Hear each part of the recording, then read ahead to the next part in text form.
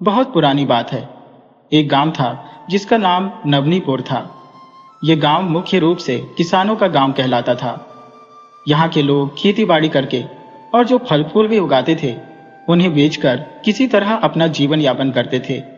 गांव की आबादी सामान्य थी और चारों ओर हरियाली ही हरियाली फैली रहती थी। गांव के चारों दिशाओं में बड़े बड़े सीवान थे। सीवान का मतलब होता है सैकड़ों बीघा खेत। इसी नवनीपुर गांव में एक बहुत ही गरीब युवा किसान रहता था, अपनी बूढ़ी मां के साथ। किसान का नाम सुमेंद्र था। उसके पिताजी तो कुछ साल पहले ही इस दुनिया को अलविदा कह गए थे। सुमेंद्र के पास बस 2 बीघा जमीन थी जिस पर वह खेती करता था। मां और बेटे का जीवन बमुश्किल चल रहा था। खेत से इतना ही अनाज पैदा हो पाता था कि मां और बेटा दोनों को 2 वक्त का भोजन नसीब हो जाए। इससे ज्यादा उपज उनके खेत में हो ही नहीं पाती थी। सुमेंद्र की मां इस बात से बहुत उदास रहती थी कि भविष्य में जब घर में बहू आएगी तो उसके भोजन का इंतजाम कैसे होगा। पर उन्हें यह भी समझ नहीं आता था कि उनके इतने गरीब बेटे को कोई अपनी बेटी देगा भी या नहीं। उसी गांव में जब नाम का एक बदमाश जमींदार भी रहता था। उसके पास सैकड़ों बीघा खेती थी और एक तरह से वह जब पूरे गांव का चौधरी माना जाता था। गांव के सभी लोग जब का बहुत सम्मान करते थे, यहाँ तक कि उसकी फालतू बातें भी बड़े ध्यान से सुनते थे। यह हमारे समाज की कड़वी सच्चाई है कि अगर आप ज्ञानी हैं पर धनवान नहीं है तो लोग आपको रद्दी के भाव समझते हैं। वही दूसरी ओर एक अनपढ़, चरित्रहीन, बदमाश और आपराधिक प्रवृत्ति का इंसान जिसके पास अथाह धन हो तो हमारा समाज उसी के तलवे चाटने लगता है और उसे देवता के समान पूजने लगता है। खैर, हम कहानी में आगे बढ़ते हैं। तो जब जमींदार एक बहुत ही कामी स्वभाव का पुरुष था, उसकी बुरी नजर गांव की नई नवेली बहुओं पर टिकी रहती थी। झप की पत्नी का व्यवहार बिल्कुल इसके विपरीत था। वह बहुत ही धार्मिक विचारों वाली महिला थी और गांव भर के लोगों का बहुत आदर सम्मान करती थी। जमींदार झप की नजर कुछ दिनों से किसान सुमेंद्र पर पड़ गई थी। उसे अपने खास चमचा झिंगुर से यह खबर मिली थी कि सुमेंद्र को खेती से कोई खास फायदा नहीं हो रहा है और उनके घर में 2 वक्त का भोजन भी बहुत नसीब से मिल पाता है। यह जानकर झप ने सोचा कि कोई भी चाल चलकर सुमेंद्र का छोटा सा खेत अपने कब्जे में ले लो। इधर एक दिन सुमेंद्र ने अपनी मां से कहा, मां, हम लोग कब तक अपनी जीवन की गाड़ी को यूं ही जबरदस्ती घसीटते रहेंगे? क्या हम जीवन भर इसी गरीबी में जीते रहेंगे? सुमेंद्र की मां बोली, अरे नहीं मेरे लाल, भगवान इतने निर्दयी नहीं है। आज नहीं तो कल हमारे हालात जरूर सुधर जाएंगे। बस हमें हिम्मत से काम लेना है। बेटा, तू इस संकट से इस प्रकार भयभीत मत हो। तेरे पिता ने तो न जाने कितने दुख सहकर तुम्हें और मुझे पाला था। उस हिसाब से हमारा कष्ट तो न के बराबर है। बेटा, तू बस मन लगाकर अपने खेत में कठिन परिश्रम कर। मेरा दिल कह रहा है कि एक न एक दिन हमारी किस्मत अचानक से बदल जाएगी। सुमेंद्र ने कहा, मुझे भी इसी की उम्मीद है मां। मैं खेत में काम करने जा रहा हूं। आज से खेत में फसल की बुवाई शुरू करनी है। मां बोली, बेटा थोड़ा खाना खा ले, इसके बाद जाना। थोड़ी देर में ही खाना तैयार हो जाएगा। सुमेंद्र बोला, मां, अगर मैं खाने का इंतजार करूंगा तो सूरज देवता सिर पर आकर तांडव मचा देंगे। तुम आराम से खाना बना लेना, जब तैयार हो जाए तो खेत पर लेकर चली आना। मां ने कहा, ठीक है बेटा, तुम जाओ और काम शुरू करो। सुमेंद्र अपने खेत की तरफ निकल पड़ा। थोड़ी देर बाद सुमेंद्र वहां पहुंचकर अपने खेत में काम करने लगा। तभी उसी ओर से जब जमींदार अपने 2 लठैतों के साथ सुमेंद्र की ओर चला आ रहा था। जब ने इन लठैतों को इसलिए रखा था कि अगर कोई उसे आंख दिखाए तो वे उसकी पूरी तरह से खातिरदारी कर दें। जब सुमेंद्र ने झप को देखा तो उसकी हालत खराब होने लगी। सुमेंद्र मन ही मन सोचने लगा, अरे ये जमींदार साहब अपने आदमियों के साथ मेरी तरफ क्यों आ रहे हैं? लगता है गुस्से में भी हैं, पर मैंने तो ऐसा कुछ नहीं किया है जिससे वह गुस्सा हो। तभी जमींदार वहां पहुंचा और कड़क आवाज में बोला, रे सुमेंद्र, तू अपना माल गुजारी समय पर क्यों नहीं जमा करता रे? 2 साल से तेरा कर वही खाते में बकाया है। तुम्हारा इरादा क्या है? मुझे आज स्पष्ट रूप से बताओ। सुमेंद्र ने दीनता से कहा, मालिक, मुझे इस बात का बहुत अफसोस है। मैंने जानबूझकर लगान बकाया नहीं लगाया है। दरअसल बात ऐसी है कि मेरे पास खेत बहुत कम है, इस कारण मैं फसल को बेच नहीं पाता। मेरे खेत में उतना ही फसल होता है कि साल भर जैसे तैसे भोजन का काम चल जाए। अब आप ही बताइए मालिक, मैं लगान की रकम कहां से लाकर जमा करूं? जब बोला, सुमेंद्र, मुझे उससे कोई मतलब नहीं है, तुम जानते हो ना, ये लगान का नियम कोई मेरे घर में नहीं बना है। ये नियम हमारे राजा साहब ने बनाया है। तुम्हें किसी भी तरीके से अपना लगान जल्द से जल्द जमा करना ही होगा। सुमेंद्र गिड़गिड़ाया, मालिक, आप मुझ पर रहम करो। आप हमारे गांव की सबसे बड़े जमींदार हैं, आप हमारे मालिक हैं। मुझे कुछ समय के लिए लगान भरने का दबाव न बनाए। मेरे पास जैसे ही कुछ रकम जुटती है, सबसे पहले मैं लगान भरूंगा। जमींदार बोला, ठीक है, तुम गरीब आदमी हो, इसलिए तुम्हें मैं 1 साल का और समय देता हूं। परंतु सुमेंद्र, मेरी बात याद रखना, 1 साल जिस दिन पूरा होगा, उसके अगले दिन से यह तुम्हारा खेत मेरा हो जाएगा। मुझे नहीं पता तुम कैसे लगान भरोगे। मैं नियम के अनुसार तुम्हारा खेत अपने कब्जे में लेकर इसमें खेती करके लगान वसूल लूंगा। अभी मैं जा रहा हूं। जमींदार तमतमाया हुआ वहां से आगे निकल गया। जमींदार के जाने के बाद सुमेंद्र बहुत दुखी हो गया। उसे अब कुछ सूझ ही नहीं रहा था कि आखिर वह लगान कैसे जमा करे। अगर वह लगान जमा नहीं करता तो उसकी पुरखों की दी हुई जमीन यह धूर्त जमींदार बलात् छीन लेगा। थोड़ी देर बाद सुमेंद्र की माँ उसको भोजन लेकर आई। सुमेंद्र ने अपनी माँ को सारी बात बताई। माँ बोली, बेटा, तू चिंता मत कर, सब ठीक हो जाएगा। अभी सब चिंता छोड़ और जल्दी से भोजन कर ले। मैं तेरे पसंद का भोजन बनाकर लाई हूँ। सुमेंद्र गुस्से में बोला, माँ, तुझे अब भी भोजन की पड़ी है? यहाँ हमारी पुरखों की संपत्ति हमारी आंखों के सामने हड़प नीति में बहने वाली है। तू कैसी विचार की है माँ? तुझे कुछ उपाय बताना चाहिए तो तू भोजन करने को कह रही है। अरे, मेरे मुंह में निवाला कैसे जाएगा? माँ बोली, अरे बेटा, कैसी बात कर रहा है? भोजन नहीं करने से क्या तुम्हारी जमीन बच जाएगी? हम इसका समाधान करेंगे, उससे पहले भोजन करना जरूरी है। अगर शरीर ठीक रहेगा तो हमारी सोचने की क्षमता बहुत तेज रहेगी। तू चिंता मत कर, मैं इसका उपाय बहुत जल्द बताऊंगी। फिलहाल तू भोजन कर ले और चिंता मुक्त होकर अपने खेत का काम कर। सुमेंद्र माँ की बात मानकर भोजन करने लगा। भोजन के बाद वह फिर से अपने खेत में काम करने लगा। शाम होने पर सुमेंद्र अपने घर चला गया। घर पहुंचकर सुमेंद्र की माँ बोली, बेटा सुमेंद्र, इस संकट से निकलने का हमारे पास कोई भी रास्ता नहीं है। अगर तुम 2 गुना मेहनत करोगे तो हो सकता है हम लगान भरने का पैसा 1 साल में जुटा पाए। सुमेंद्र बोला, माँ, मैं सोच लिया हूं कि अब हमें क्या करना है। तू अब चिंता मत कर, मैं फसल की बुवाई करके पास के गांव में मजदूरी करने जाऊंगा। तुम खेत में हल्का फुल्का काम जो तुमसे हो करती रहना। माँ बोली, ठीक है बेटा, जैसी तेरी मर्जी, हमारे पास यही रास्ता है। धीरे धीरे समय का पहिया घूमा। सुमेंद्र अपने खेत में फसल लगा चुका था। अगले दिन सुमेंद्र माँ का आशीर्वाद लेकर काम की तलाश में अपने घर से निकल पड़ा। उधर जमींदार जब ने अपने खास चमचा झिंगुर से कहा, झिंगुर, तुम अब चौकन्ना रहो, अपनी नजर को तुम सुमेंद्र के ऊपर अढ़ाई रहो। बहुत जल्द उसका खेत हमारे कब्जे में आने वाला है, इसीलिए तुम ध्यान रखना। तुम्हारी एक चूक के कारण सुमेंद्र का खेत बच जाएगा। झिंगुर बोला, मालिक, आप निश्चिंत रहिए, मेरी नजर बाज की नजर है, इससे बच पाना नामुमकिन है। मैं आजकल हमेशा अपनी नजर सुमेंद्र के ऊपर ही रख रहा हूँ। साथ ही मेरे 2 पालतू चमचे उसके आसपास हमेशा रहते हैं। मालिक, बस आप समय का इंतजार करें। उधर काम की तलाश में सुमेंद्र भटकता हुआ चला जा रहा था। चलते चलते वह दूसरे गांव में चला गया। वहां पूरे दिन काम तलाश करता रहा, मगर उसे कोई काम नहीं मिला। वह निराश होकर वहां से अपने घर की तरफ चल पड़ा। सुमेंद्र अपनी किस्मत को कोसते हुए अपने गांव पहुंचा। उधर गांव के बाहर झिंगुर सुमेंद्र के इंतजार में एक पेड़ के नीचे बैठा हुआ था। थोड़ी देर में सुमेंद्र आता दिखा। जब सुमेंद्र पास आया तो झिंगुर बोला, और भैया सुमेंद्र, बड़े मायूस दिखाई पड़ रहे हो, कहां से आ रहे हो? किसी ने मारपीट कर दिया क्या? सुमेंद्र बोला, अरे नहीं झिंगुर भाई, भला शरीफ आदमी किसी से मारपीट थोड़ी करता। दरअसल मैं किसी और बात से बहुत ज्यादा परेशान हूं आजकल। झिंगुर बोला, सुमेंद्र भाई, क्या बात है, मुझे बताओ, मैं तुम्हारी मदद करूंगा।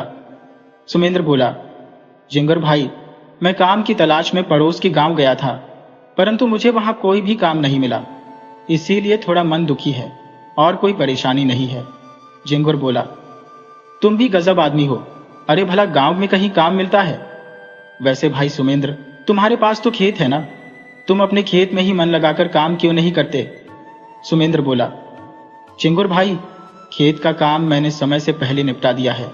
अब खेत में रोज काम नहीं है, इसीलिए मैंने सोचा कि जब तक कोई काम नहीं है मैं दूसरे की मजदूरी कर लूं, परंतु मजदूरी करने में भी बहुत मुश्किल है।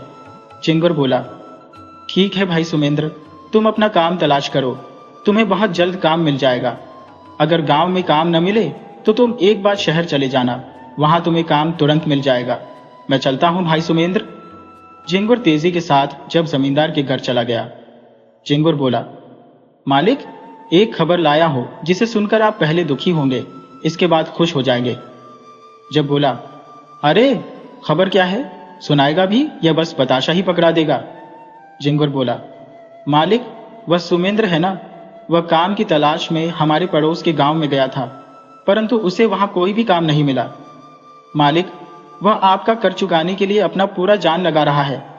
जब बोला, अरे यह तो बहुत बुरी खबर है, अगर उसे काम मिल गया तो वह अपना सारा लगान तुरंत जमा करवा देगा।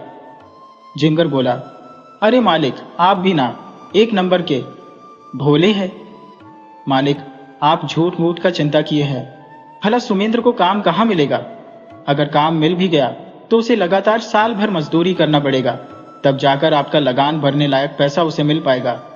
उसके लिए यह संभव नहीं है मालिक, उसे अपना खेत भी देखना है।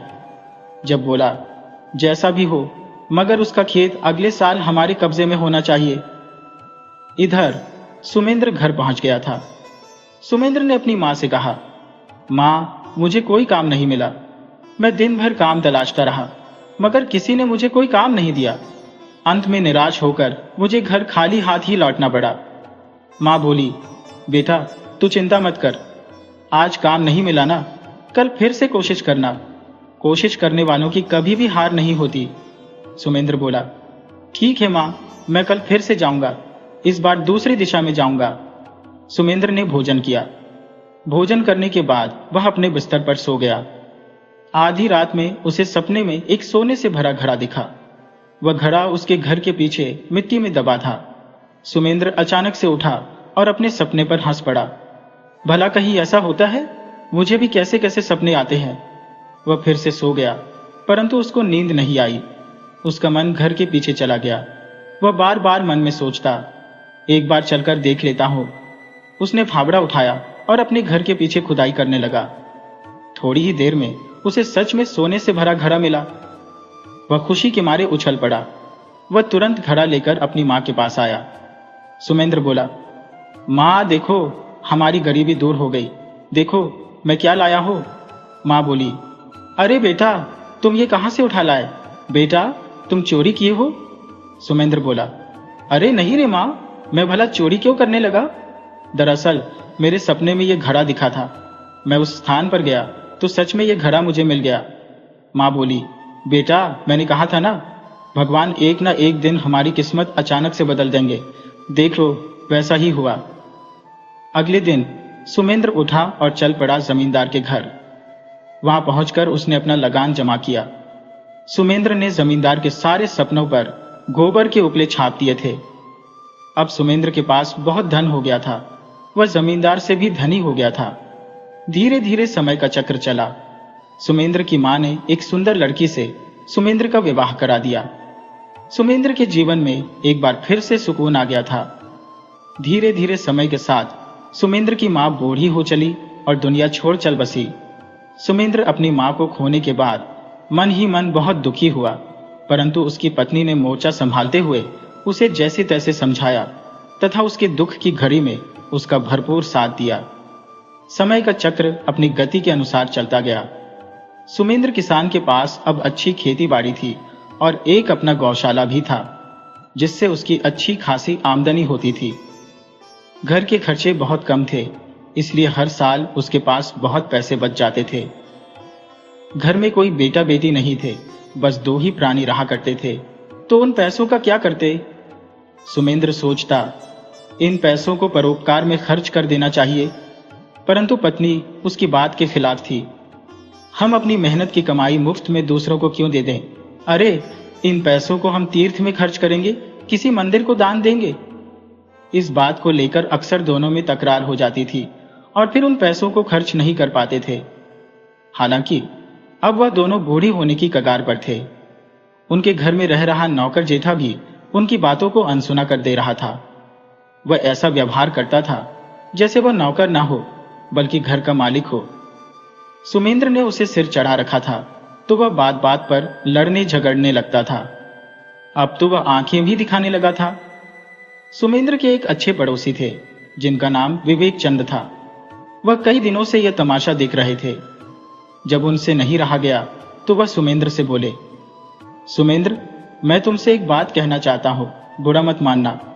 बात तुम्हारी भलाई के लिए है। जेठा को तुम 10 वर्ष से नौकर रखे हो, अब वह तुम्हारे लिए खतरा बनता जा रहा है। एक दिन ऐसा आएगा कि तुम्हें तुम्हारे घर से धक्के मारकर बाहर कर देगा। उसके तेवर दिन प्रतिदिन बदलते जा रहे हैं। वह अब बुरे लोगों के साथ बैठने लगा है और नशा भी करता है। तुम्हें किसी नौकर को 1 साल से ज्यादा वक्त तक अपने पास रखना ही नहीं चाहिए। हर साल नौकर बदलते रहोगे तो वे डर से काम भी करते रहेंगे। तुम तत्काल नौकर को हटाकर दूसरा नौकर रख लो। विवेक चंद ने फिर कहा, मैं तुमसे एक बात और कहना चाहता हूं। तुम्हारी शादी को 20 वर्ष हो गए। तुमने एक बच्चा भी पैदा नहीं किया। अभी तक तो तुम्हारे घर बहू आ जानी चाहिए थी, परंतु तुम दोनों के अलग अलग विचार ने अब तक निसंतान रखा है।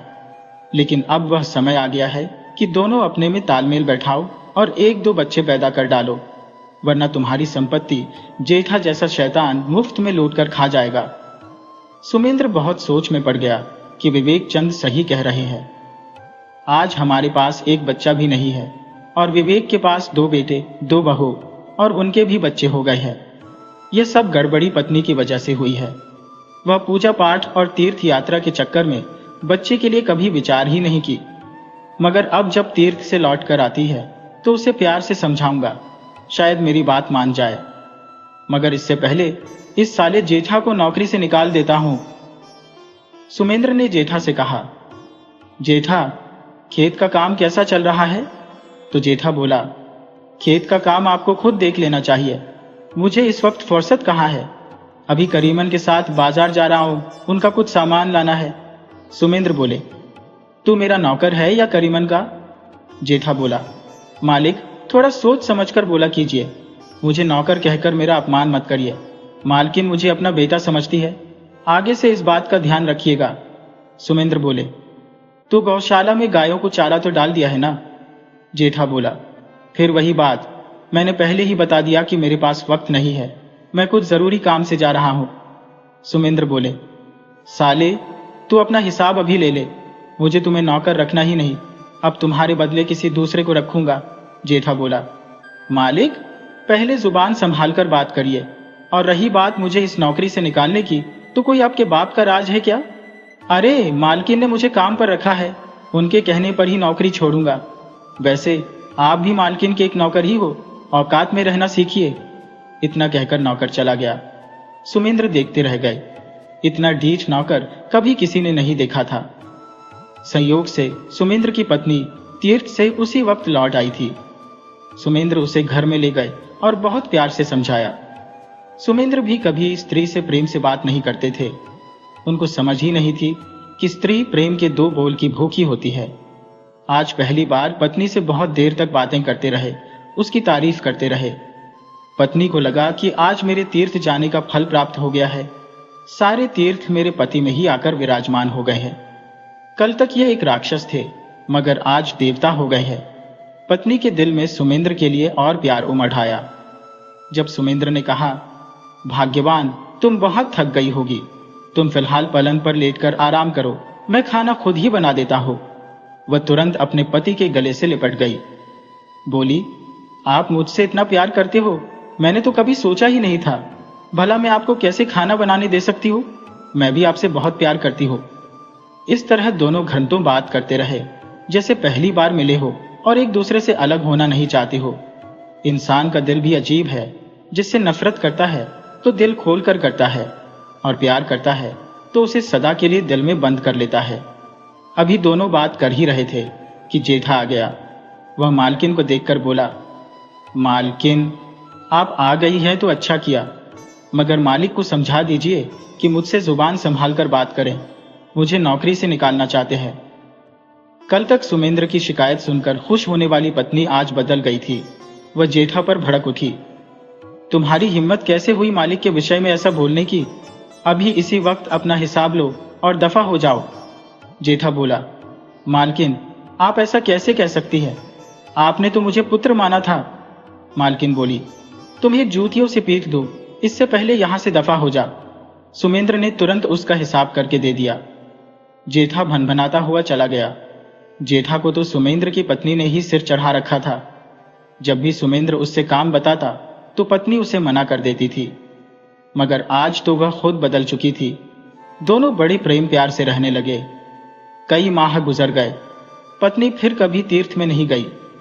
एक दिन सुमेंद्र को उनके पड़ोसी विवेक चंद ने बताया कि पास के बगीचे में एक पहुंचे हुए महात्मा पधारे हैं। आप दोनों उनसे आशीर्वाद ले लो तो शायद तुम दोनों को संतान हो जाए। महात्मा की जुबान में बड़ी शक्ति होती है, मुख से निकली वाणी पूरी होकर रहती है। आप आज ही उनसे मिलाओ। सुमेंद्र ने पत्नी से बताया तो वह तैयार हो गई। दोनों महात्मा से मिलने बगीचे में गए। महात्मा सचमुच एक पहुंचे हुए महात्मा थे। उन दोनों की समस्या सुनकर बोले, तुम्हें पुत्र की प्राप्ति न हो तो अच्छा है, क्योंकि पुत्र से तुम्हें सिर्फ कष्ट ही मिलेगा। वह तुम्हें 16 साल तक कष्ट ही देगा। सुमेंद्र की पत्नी बोली, महात्मा, अब चाहे कष्ट मिलेगा या सुख, यह तो बात की बात है, परंतु इस वक्त हम कौन सा सुख भोग रहे हैं? आप कृपा प्रदान करो कि हमें एक पुत्र की प्राप्ति हो जाए। महात्मा ने एक नींबू दिया और बोले, इसे खा जाना, तुम्हें पुत्र की प्राप्ति हो जाएगी। पति पत्नी खुश होकर घर लौट आए। पत्नी ने उस नींबू को खा लिया। समय के उपरांत उन्हें पुत्र की प्राप्ति हो गई। दोनों ने बड़े प्रेम के साथ उसका नाम मोती रखा। कुछ समय बीतने के बाद वह लड़का महात्मा के बताए अनुसार बहुत कष्ट देने लगा। मोती अब 5 साल का हो चुका था, परंतु वह जिस चीज को हाथ लगा देता उसमें नुकसान होने लगता। वह खेत में गया तो खेत में उस साल फसल ही नहीं निकली। बाग में गया तो बाग ने फल देना बंद कर दिया। गायों को हाथ लगाया तो गायों का दूध गायब हो गया। सुमेंद्र ने तो ऐसा सत्यानाशी लड़के के विषय में कभी सुना ही नहीं था। और 5 साल बीतते बीतते सुमेंद्र को दूसरे के यहां मजदूरी करने की नौबत आ गई। मोती सुमेंद्र के लिए पनौती बन गया था। उसे समझ नहीं आ रहा था कि इस लड़के का क्या करें। इससे तो अच्छा और सुखी जीवन बिना पुत्र के ही जी रहे थे, मगर पुत्र की चाहत ने दर दर का भिखारी बना दिया। सुमेंद्र को कोई मदद करना तो दूर, अपने पास नौकर रखने को तैयार नहीं था। उसके पास खेत बाग बगीचे होते हुए भी मजदूरी करने की व्यवस्था थी। खेत बंजर हो चुके थे, बाग फल देना बंद कर दिए थे। पास पड़ोस के लोग मोती को देखते ही अपने घर का दरवाजा बंद कर लेते थे। सुबह जो कोई उसे देख लेता था उसका दिन खराब हो जाता था। सुमेंद्र से अब अपनी पत्नी की दुर्दशा देखी नहीं जाती थी, मगर अब करे तो क्या करे? पुत्र को ले जाकर कहां छोड़ आए? एक दिन कहीं काम नहीं मिलने से निराश हो सुमेंद्र घर से बाहर बैठा था कि तभी 10 साल बाद जेठा उसके पास आ गया और बोला, मालिक, मुझे काम पर रख लो। मैं 10 साल से इधर उधर भटक रहा हूं, परंतु मुझे कोई भी 2-4 दिन से ज्यादा अपने पास नहीं रखता। आप ही हो जो मुझे अपने पास रख सकते हो। सुमेंद्र बोला, जेठा, इस वक्त जो गति तेरी है वही गति मेरी है। मैं अब तुम्हारी ही श्रेणी में खड़ा हो। खेत बंजर हो गए हैं, बाग फल नहीं दे रहे, गौशाला कब का बंद हो चुका। अब मजदूरी से ही गुजारा हो रहा है, वह भी रोज नहीं मिल पा रही। जेठा बोला, लेकिन मालिक, यह सब हुआ कैसे? तो सुमेंद्र ने बताया कि यह सब एक पुत्र की चाहत के चलते हुआ है। पुत्र के जन्म लेते ही भारी विपत्ति आ पड़ी है। अब न तो पुत्र को त्यागना बन रहा, न घर में रखना बन रहा। उसके कारण हमारे पड़ोसियों के भी दरवाजे हमारे लिए बंद हो चुके हैं। सोच ही नहीं रहा कि क्या करूं। जेठा बोला, मालिक, मुझे नौकर रख लो। सुमेंद्र बोला, अब तुम्हें सब कुछ बता ही दिया, कि मेरे पास अब नौकर रखने की औकात नहीं है। मुझे खुद ही कोई नौकर नहीं रख रहा, तुम्हें कहां से अब नौकर रख लूं? मेरे पास अब पैसे कहां हैं? जेठा बोला, मालिक, मैं अब की मजबूरी समझ रहा हूं, इसीलिए तो कह रहा हूं कि मुझे नौकर रख लो। मैं कोई आपसे तनख्वाह नहीं लूंगा, बल्कि आपके लिए मेहनत करके लाऊंगा, जिससे कि आपका परिवार चल सके और मेरा पेट चल सके। सुमेंद्र बोला, जेठा, ये मेरे पर कृपा किस लिए? जेठा बोला, मालिक, मैं 10 साल आपके पास रहा हूं, परंतु मेरा दिल जानता है मैंने आपके साथ मक्कारी की है। एक दिन भी ढंग का काम नहीं किया, मगर पैसा लेता रहा। मेरे परिवार वाले मुफ्त के पैसे पर ऐश करते रहे, मगर जब आपने यहां से हटाया तो मैं अपनी पत्नी के पास गया। जब उसे पता चला कि नौकरी से निकाल दिया गया हो, तो मुझसे ढंग से बात नहीं की। मैंने उसे आश्वासन दिया कि मैं वहां से भी कोई बेहतर काम करके दिखाऊंगा, मगर पत्नी को विश्वास नहीं हुआ। बोली, तुम पहले कोई काम ढूंढो, फिर घर आना। मैं कई दिनों तक काम ढूंढा, कई जगह काम किया भी। मैंने पत्नी को अच्छे पैसे भी दिए, परंतु यह कहकर मायका चली गई कि कोई स्थायी काम करो, उसके बाद मैं आऊंगी। मैं 1 साल तक फिर कड़ी मेहनत किया और कुछ पैसे जुटाकर पत्नी को देने ससुराल चला गया। पत्नी ने मेरे पर खुश होकर वह पैसे ले भी लिए। मैं खुश था कि अब पत्नी मेरे साथ घर लौट आएगी, परंतु सुबह होने पर मैं कहीं का नहीं रहा। पत्नी मेरा पैसा लेकर किसी के साथ भाग चुकी थी। मायका वालों ने मुझे अफसोस के साथ विदा किया कि तुम में पत्नी रखने की औकात ही नहीं थी, वरना भला किसी की विवाहिता पत्नी भी भागती है। उसके भागने का भी सारा दोष मुझ पर ही मर दिया। बड़े बेआबरू के साथ मुझे ससुराल से घर आना पड़ा। फिर उसके बाद मैं इधर उधर बहुत काम तलाशा और थोड़ा बहुत पैसा फिर जुटाया। मेरे मन में फिर से विवाह करने का भूत सवार था, तो एक दूसरे की विवाहिता स्त्री से दिल लगा बैठा। वह धीरे धीरे मेरे संपर्क में आ गई। वह मेरे साथ भाग जाने के लिए जिस चीज की मांग की, वह चीज मैंने उसके लिए बनवा दिए। कुछ गहने और पैसे उसे पहले ही ले जाकर दे दिए। वह एक रात मेरे साथ भागने वाली थी, तो मैंने उस पर विश्वास कर अपना सारा रुपया पैसा उसे ही दे दिया। और रात के वक्त गांव से बाहर मैं बहुत देर तक इंतजार करता रहा। वह नहीं आई तो मेरा विश्वास टूटने लगा और मैं एक और मूर्खता कर बैठा। स्त्री का पता लगाने के लिए उसके घर चला गया। स्त्री और उसका पति पहले से मेरा इंतजार कर रहे थे। वहां जाते ही मुझे पकड़ लिए और चोर चोर का शोर मचाकर बहुत से लोगों को इकट्ठा कर लिए। वह स्त्री, उसका पति और गांव वालों ने मुझे इतना मारा कि मेरे प्यार का भूत सदा के लिए उतर गया। अब मुझे पत्नी की चाहत न रही। वहां से जैसे तैसे अपने घर आया और किसी तरह आज तक गुजारा करता रहा। मगर मुझे समझ आ गया कि आपके साथ की गई गद्दारी की सजा मुझे मिल रही है। उसी के चलते मुझे 10 साल से कहीं काम नहीं मिला। मैं अब वह कर्ज उतारना चाहता हूं। मैं अब काम करूंगा और आप आराम से घर बैठकर खाएंगे। सुमेंद्र बोला, अब जैसी तेरी मर्जी, मगर इससे पहले मालकिन से भी इजाजत ले ले। स्त्री पास ही खड़ी सुन रही थी। बोली, अब मेरे से इजाजत की क्या जरूरत? तुम जैसा उचित समझो वैसा करो। तुम पहले भी मेरे पास बहुत दिनों तक रहे हो, हर चीज जानते हो। जेठा भी बहुत काम करने लगा, परंतु मोती के दुष्प्रभाव से किसी को भरपेट भोजन नहीं मिल पा रहा था। एक दिन सुमेंद्र मोती से बोला, बेटा मोती, तो मुझ पर एक कृपा कर दे। तू अब बच्चा नहीं रहा, बड़ा हो गया है, कहीं किसी नगर में जाकर कोई रोजगार ढूंढ ले।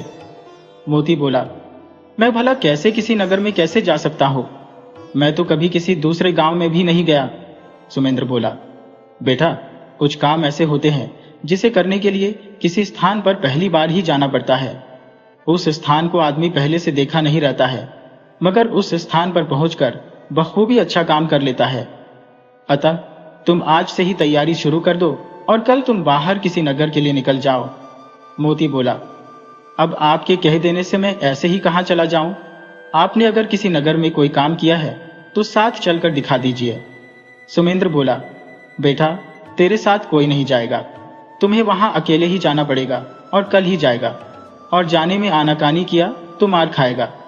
मोती समझ गया कि मुझे घर से निकाला जा रहा है। धीरे धीरे ही सही, उसे पता चल गया था कि इस घर में गरीबी उसी के वजह से है, इस घर के लिए अपशकुन है।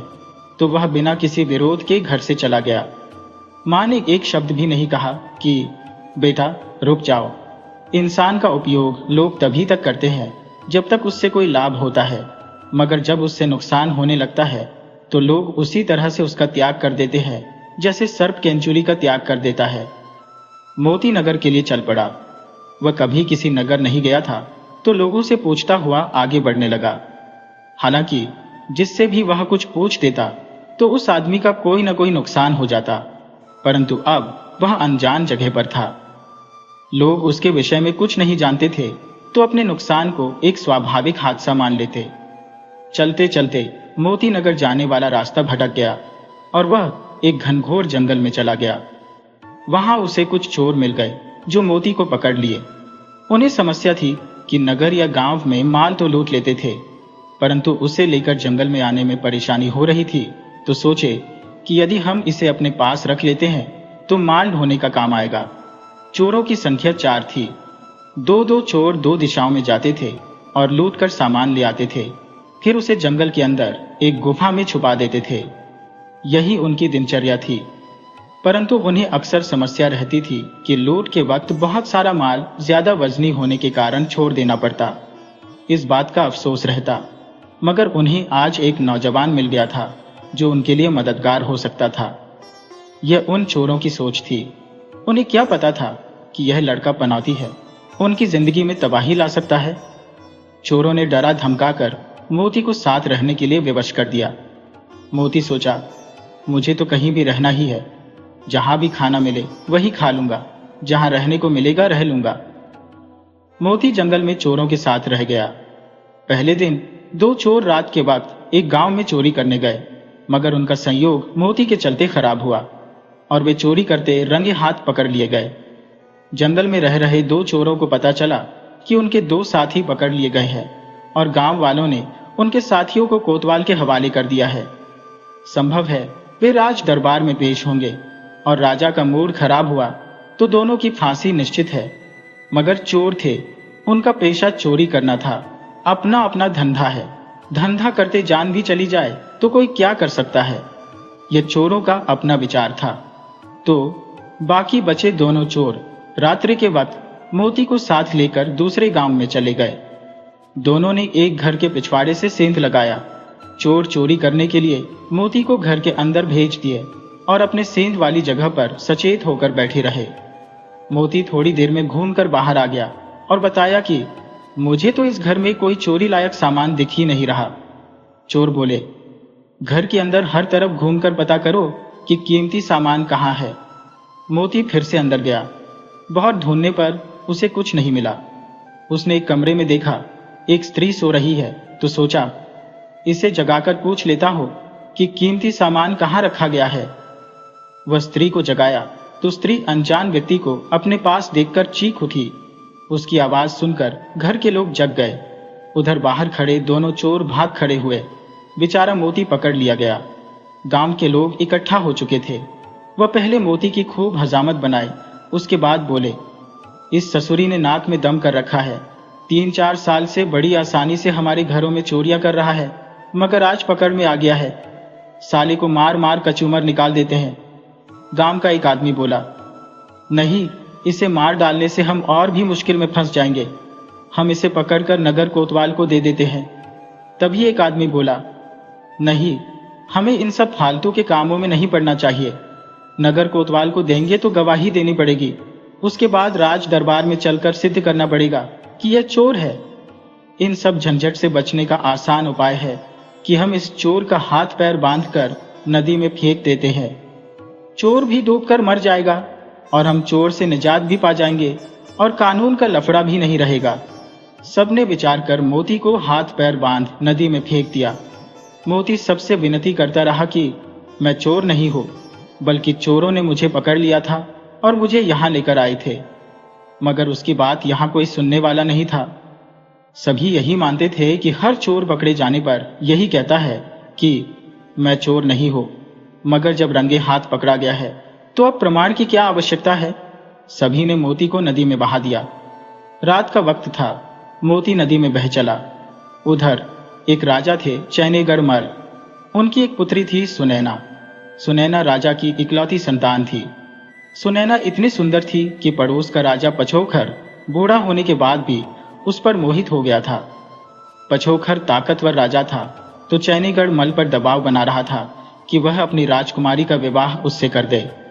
मगर चैनीगढ़ मल अपनी बेटी का विवाह किसी बुरे से नहीं करना चाहता था।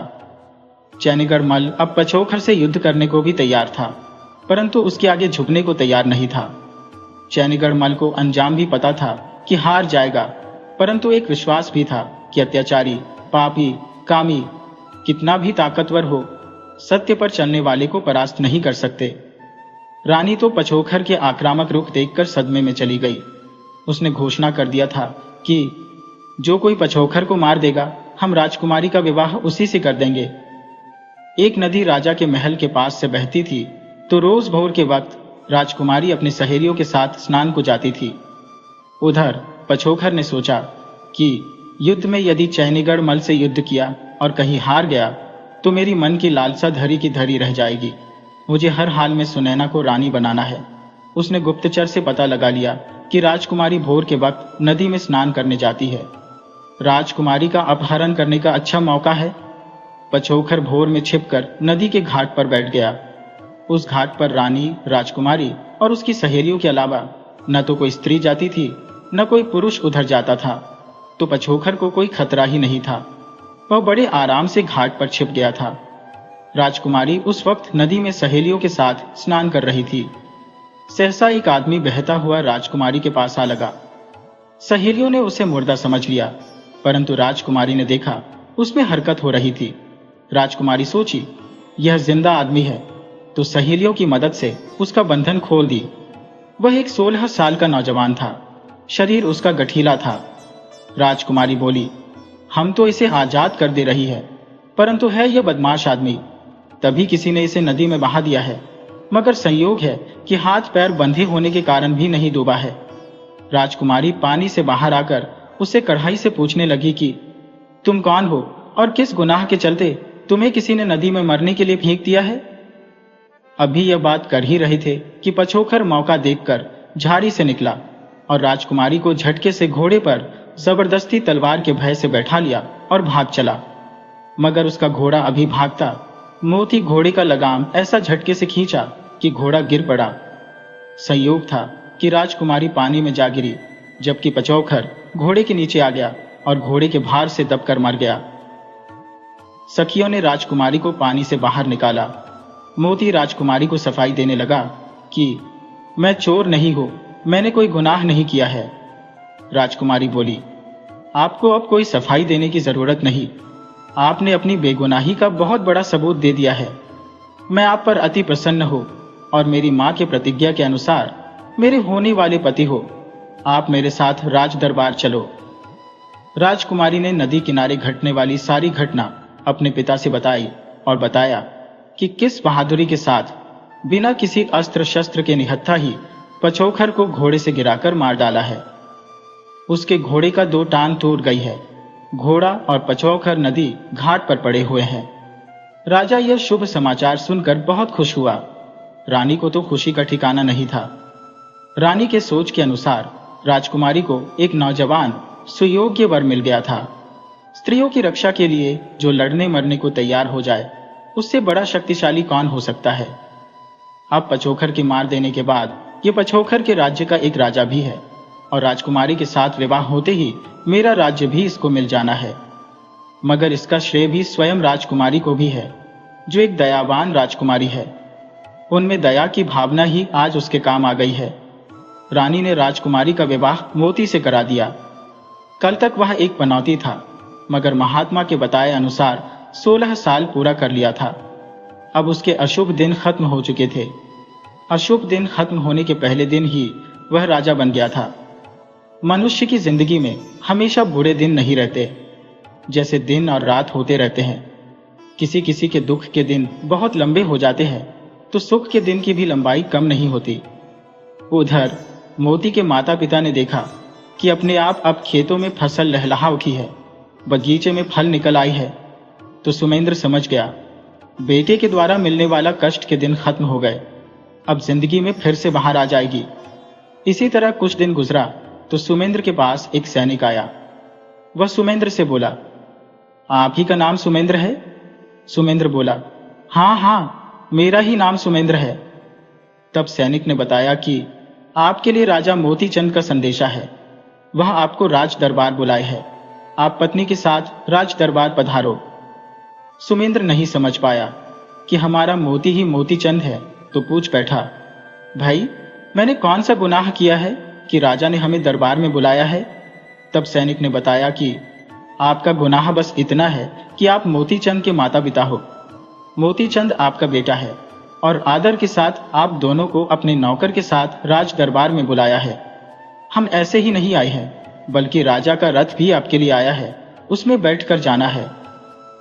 सुमेंद्र को खुशी का ठिकाना नहीं था कि मेरा बेटा कष्ट तो बहुत दिया, परंतु अब सुख के दिन आ गए हैं। उधर मोती राजा बनते ही सबसे पहले जमींदार झप को अपनी राज दरबार में बुलाया। जमींदार झप सक्का गया। उसे एहसास हो गया था कि आज यह सुमेंद्र का बेटा मुझे फांसी पर चढ़ा देगा। मोती ने झप को जेल में डलवा दिया तथा पूरे राज्य में किसानों के लिए लगान हमेशा के लिए माफ कर दिया। पूरी प्रजा बहुत ही खुश थी। जीवन में चाहे कितनी भी घोर निराशा आ जाए, हमें कभी भी उम्मीद का दामन नहीं छोड़ना चाहिए। हर अंधकार के बाद एक नया सवेरा जरूर आता है। बस हमें धैर्य और सच्चाई के साथ अपने कर्म पथ पर डटे रहना चाहिए।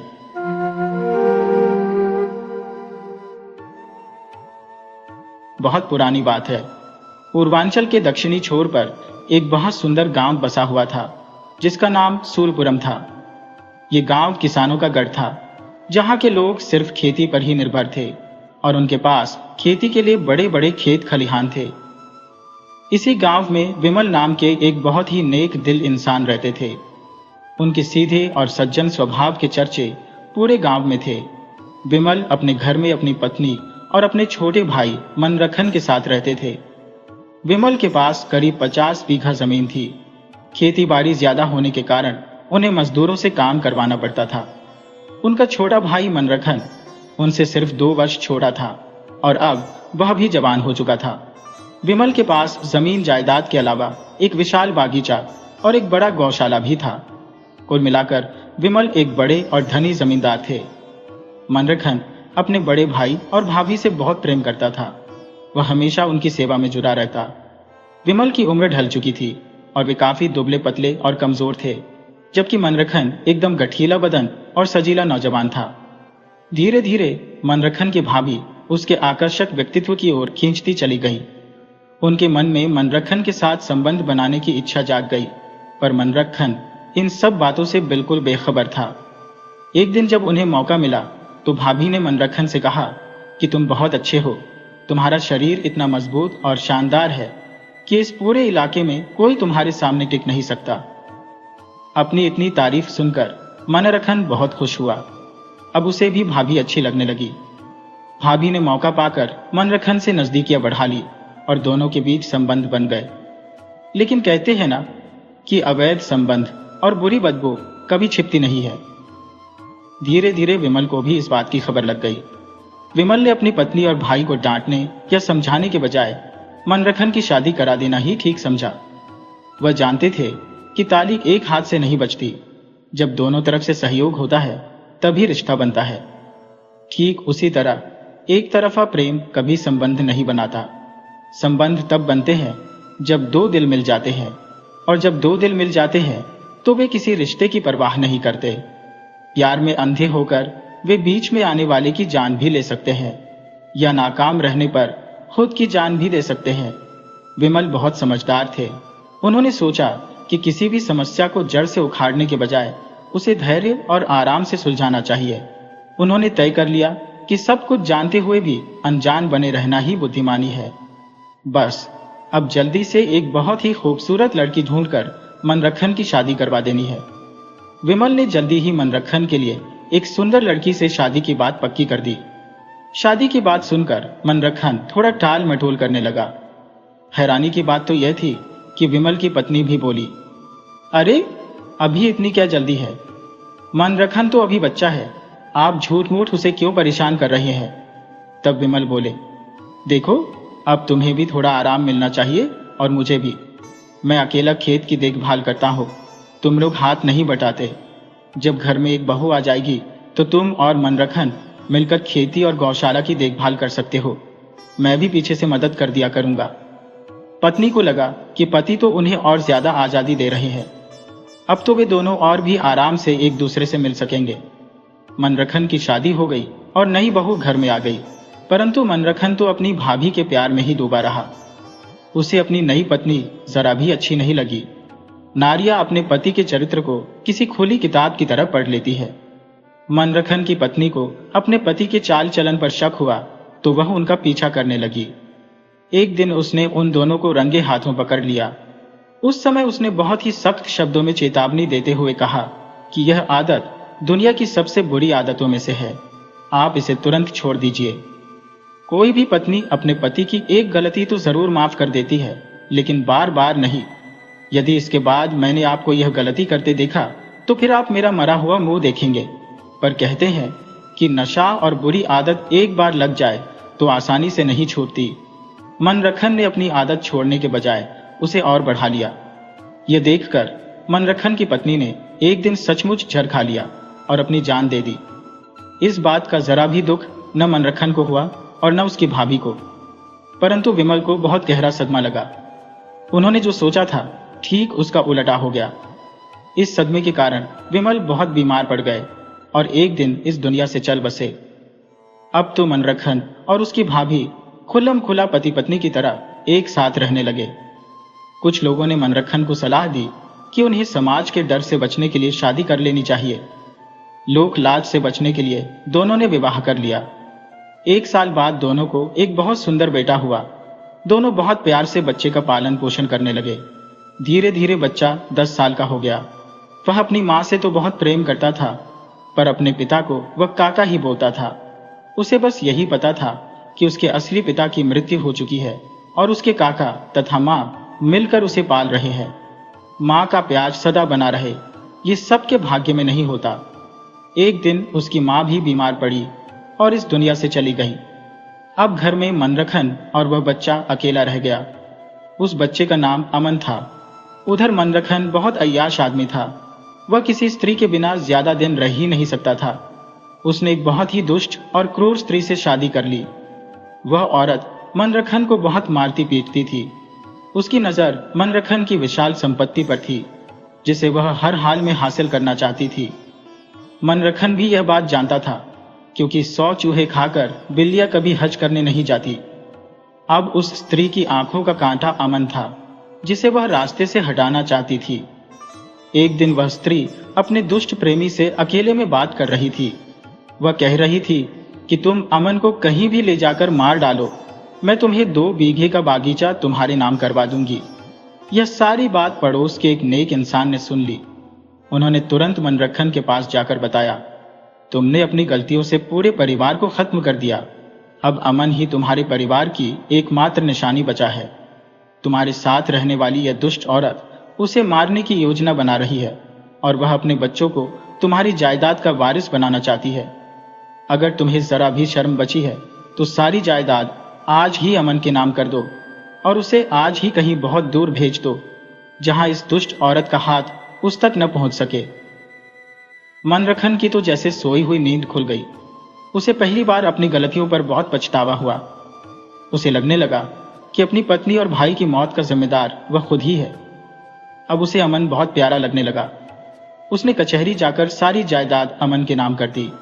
फिर वह अमन से बोला, बेटा तू किसी दूसरे नगर चला जा। अगर जरूरत पड़े तो भीख मांगकर खा लेना, पर जब तक तू बड़ा ना हो जाए तब तक लौटकर यहां मत आना। यहां तेरी जान को खतरा है। अमन चाचा का साथ नहीं छोड़ना चाहता था, परंतु काकी की क्रूरता और काका की चुप्पी ने उसे दूसरे नगर जाने के लिए मजबूर कर दिया। वह दूसरे नगर चला गया। वह इधर उधर भटक रहा था और बहुत भूखा भी था। उसे भीख मांगना नहीं आता था, क्योंकि वह कोई भिखारी नहीं था। वह एक जगह बैठकर रोने लगा। उधर से एक सेठ गुजर रहे थे। उनकी नजर रोते हुए बच्चे पर पड़ी तो वे रुक गए और बच्चे से रोने का कारण पूछा। बच्चे ने बताया कि मुझे बहुत तेज भूख लगी है। सेठ ने अपनी जेब से निकालकर उसे 2 पैसे दिए, मगर उस लड़के ने उन्हें लेने से मना कर दिया। वह बोला, माफ करना सेठ जी, मैं कोई भिखारी नहीं हूं। मैं भूखा मर जाऊंगा, परंतु किसी से मुफ्त में कुछ भी नहीं लूंगा। भीख मांगने से तो मर जाना ज्यादा अच्छा है। सेठ उसकी बात सुनकर बहुत प्रभावित हुए। वह बोले, लगता है तुम घर से भागकर आए हो। क्या तुम मेरे यहां काम करना पसंद करोगे? लड़का बोला, हाँ सेठ जी, मैं काम के बदले भोजन लेना पसंद करूंगा। इस तरह वह सेठ के पास रहने लगा। वह सेठ से भोजन और कपड़े के अलावा कुछ भी नहीं लेता था। वह जल्द ही सेठ का विश्वास पात्र बन गया और सेठ का कारोबार एक बेटे की तरह संभालने लगा। सेठ का एक बेटा और एक बेटी भी थी, पर वह अपने बेटे बेटी से ज्यादा भरोसा अपने नौकर अमन पर करता था। उधर मनरखन की नई पत्नी अमन को मरवाने के लिए उसे ढूंढने लगी। उसने मनरखन से पूछा, तुम्हारा वह पिल्ला कहीं दिखाई नहीं पड़ रहा है? मनरखन बोला, दिखाई तो मुझे भी नहीं पड़ रहा है, पर उसके नहीं रहने से हमें बहुत बड़ा नुकसान उठाना पड़ेगा। तुम रोज उसे मारती पीटती थी, लगता है उसी के चलते वह राज दरबार चला गया है। ये सारी जमीन जायदाद और मकान सब उसी के नाम से है। मेरे भाई ने मरने से पहले उसी के नाम कर दी थी। अब अगर वह राज दरबार में तुम्हारे खिलाफ मारपीट की शिकायत करता है तो तुम्हें तो जेल होगी ही, मैं भी नहीं बच पाऊंगा। जब वह स्त्री ने सुना कि मनरखन के नाम तो कुछ भी नहीं है, तो उसने तुरंत अपना बोरिया बस्तर उठाया और चल दी। मनरखन बोला, जाने मन, मुझे छोड़कर मत जाओ, तुम मेरी अच्छी पत्नी हो। तब वह स्त्री गुस्से में बोली, ओ भिखारी, मुझे पत्नी कहते हुए तुम्हें शर्म नहीं आ रही है? पहले तो मुझे बताया कि सारी प्रॉपर्टी तुम्हारी है, तुम रानी की तरह राज करोगी, और अब झूठा प्यार जताने का नाटक कर रही हो। तुम्हें पता नहीं है कि दूसरी पत्नी या प्रेमिका को पालने पर हाथी के बराबर खर्च आता है। वह पैर पटकती हुई वहां से चली गई। मनरखन ने तब जाकर चैन की सांस ली। उधर सेठ के बेटा बेटी दूसरे नगर में रहकर पढ़ाई कर रहे थे। अपनी शिक्षा पूरी करके 10 वर्ष बाद सेठ के बेटा बेटी घर लौट आए। अब अमन भी 20 वर्ष का हो चुका था। वह अब सेठ के घर के अंदर से बाहर तक का सारा काम देखता था। यह बात सेठ के बेटे को तो ज्यादा नहीं, परंतु बेटी को बहुत बुरी लगती थी। उसने अपने पिता से कई बार कहा भी था कि नौकरों को इतना सिर पर चढ़ा लेना ठीक नहीं है। वह नहीं चाहती थी कि नौकर हर जगह ताक झांक करे, परंतु अमन को सेठ की बेटी पर कुछ अलग तरह का शक था। उसने एक दिन सेठ की बेटी को एक लड़के से मिलते हुए पकड़ लिया, तो लड़की अपनी गलती मानने के बजाय अमन को नौकरी से निकालने की धमकी देने लगी। अमन बोला, बहन जी, आप जो कर रही हैं उसी में एक दिन उलझ जाएगी। आपको उसमें से निकलना बहुत मुश्किल हो जाएगा। आप इस तरह की गलती मत कीजिए। सेठ जी आपकी शादी बहुत बड़े घर में कर देंगे। लड़की ने गुस्से में आकर अमन को कई थप्पड़ मार दिए और बोली कि आज के बाद मेरे बीच में आया तो मुझसे बुरा कोई नहीं होगा। अमन ने भी अब इस मामले से दूर रहना ही अच्छा समझा। वह रोज सुबह सैर करने निकलता था।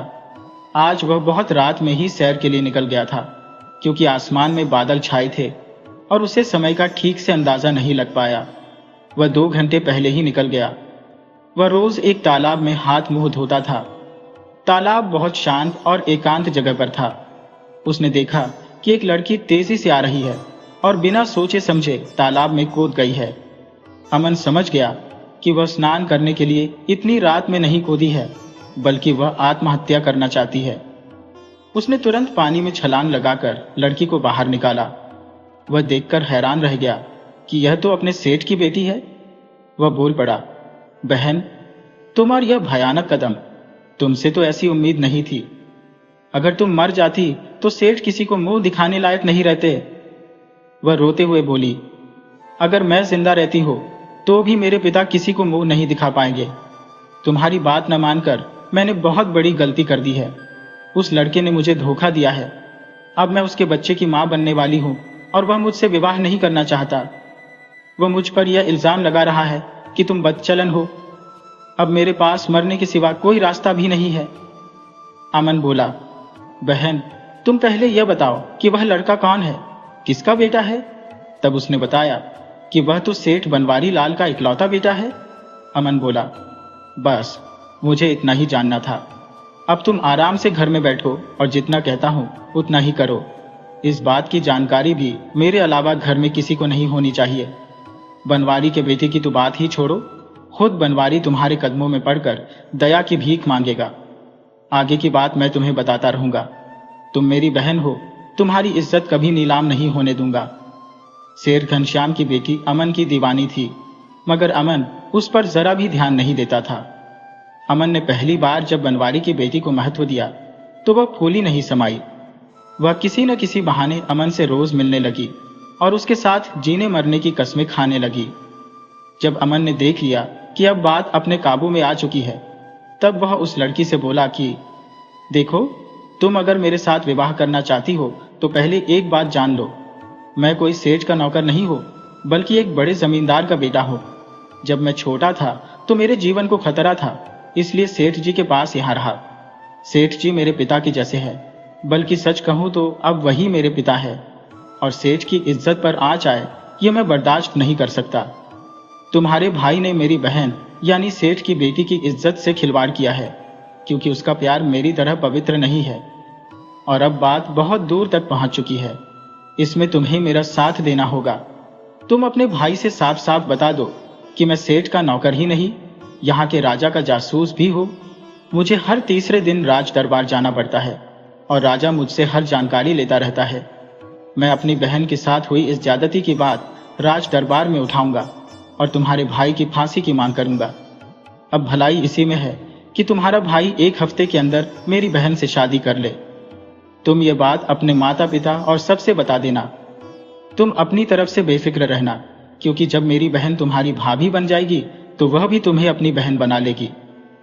उस लड़की ने तो जैसे घर में कोहराम ही मचा दिया।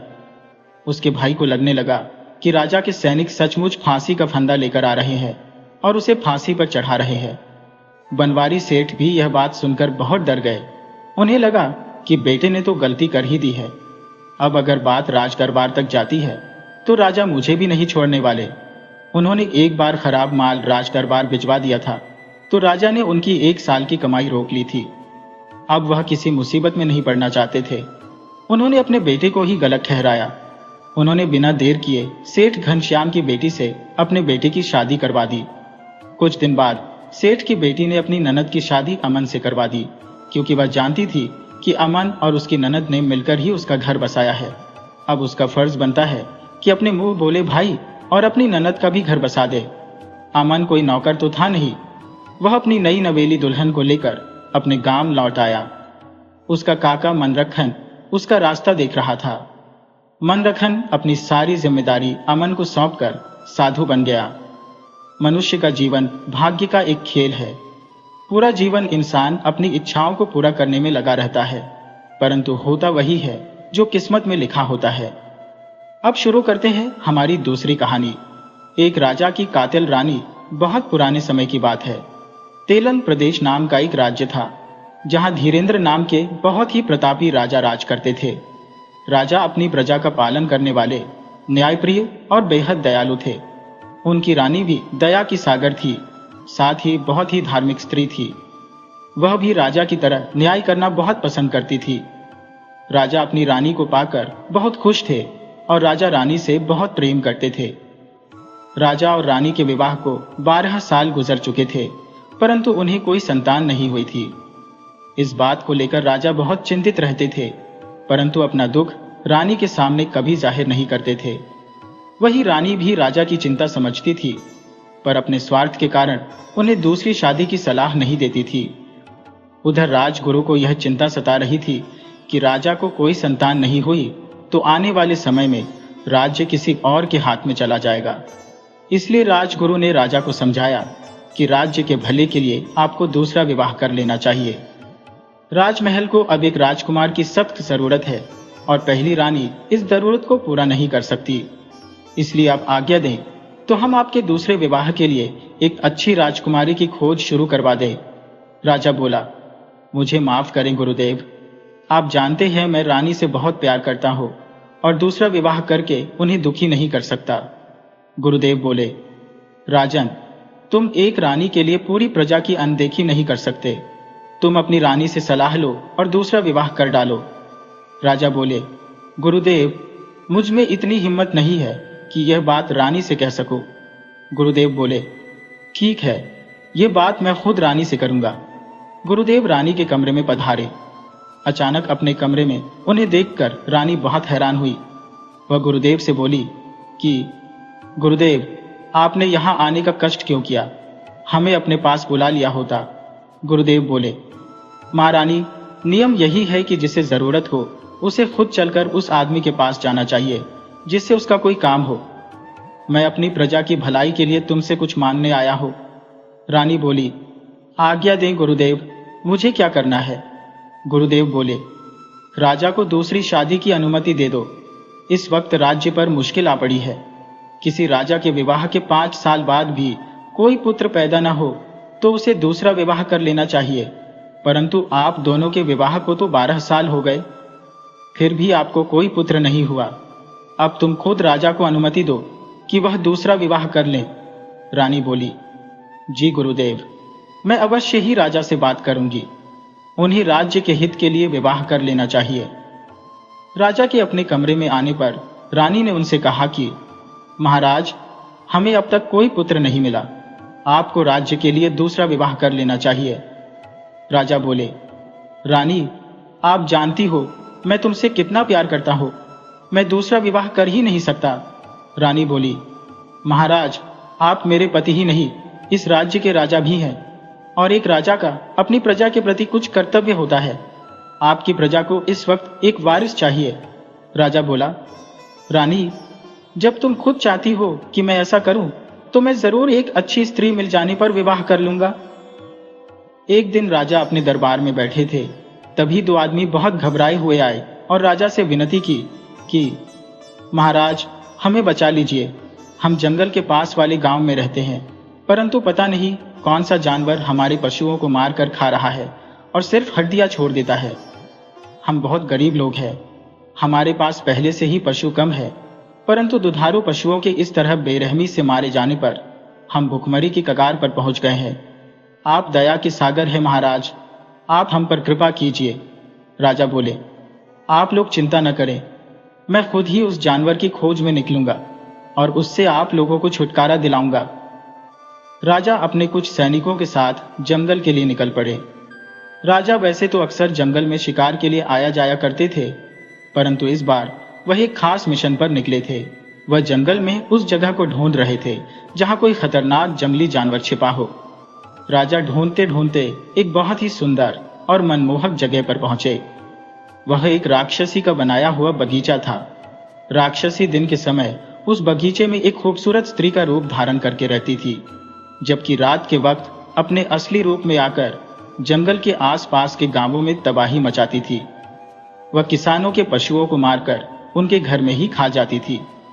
राजा ने उस जगह पर देखा कि वहां एक बहुत सुंदर सरोवर है, तो उन्हें वहां का दृश्य बहुत अच्छा लगा। उन्होंने अपने सैनिकों से कहा कि तुम लोग आसपास किसी जानवर की खोज करो, तब तक मैं यहां आराम करता हूं। अचानक राजा की नजर एक स्त्री पर गई जो बहुत ही खूबसूरत थी। उसके रूप सौंदर्य के आगे तो रानी भी कुछ नहीं थी। राजा उस स्त्री को देखकर मोहित हो गए। उधर वह स्त्री बीच में राक्षसी ने देखा कि एक राजा उसके बगीचे में आराम कर रहा है और देखने में बहुत सुंदर है, तो उसके मन में वासना जाग उठी। उसने सोचा कि अगर मैं राजा से शादी कर लेती हूँ तो मेरी सारी समस्या ही खत्म हो जाएगी। मैं आराम से राजा के नगर में पशुओं को मारकर खाऊंगी और राजा के साथ अपनी इच्छाएं पूरी भी करती रहूंगी। उसे वह आनंद जंगल में नहीं मिल पाता जो राजा की रानी बनकर मिलेगा। राजा मन में विचार कर रहा था कि यह स्त्री मेरी दूसरी रानी बनने के लिए सबसे सही है। तभी वह राजा के पास पहुंच गई। राजा ने पूछा, देवी, आप कौन हो?